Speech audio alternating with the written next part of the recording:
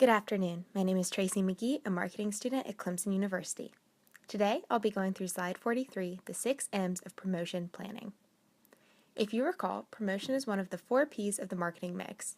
Promotion is how we make consumers aware of our product. It's the advertising and other public relations methods used to get our brand out there.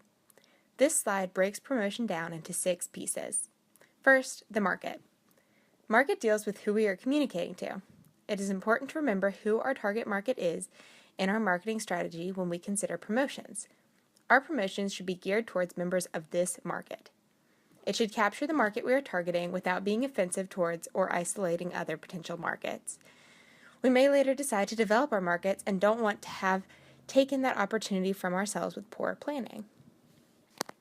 For example, if you have ever watched a children's TV channel, you will notice a distinct difference in the commercials played in the morning, at midday, and late at night.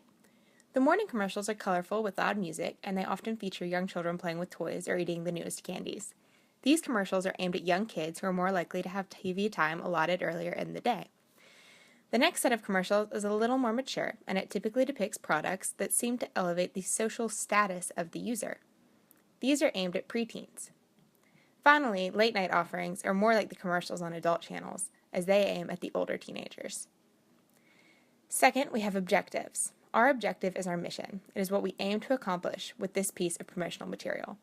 Our end goal as a company is to generate profit, which means we have to sell the product.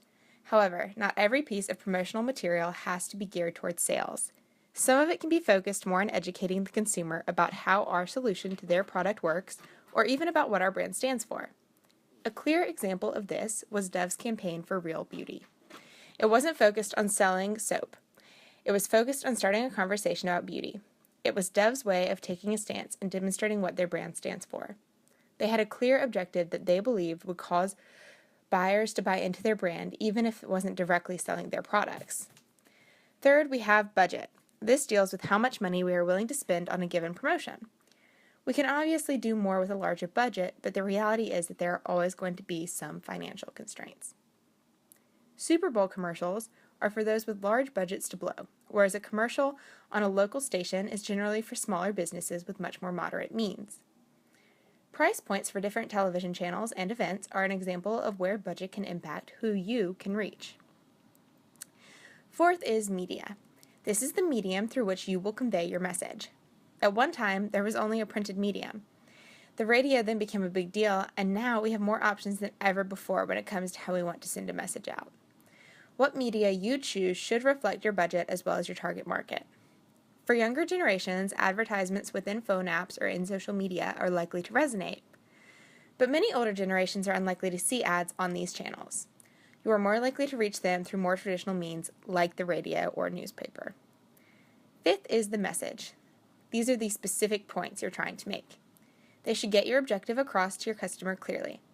The message is dependent on what type of media is being conveyed through. An ad on TV will require visuals as well as sound, whereas an ad on the radio only needs sound.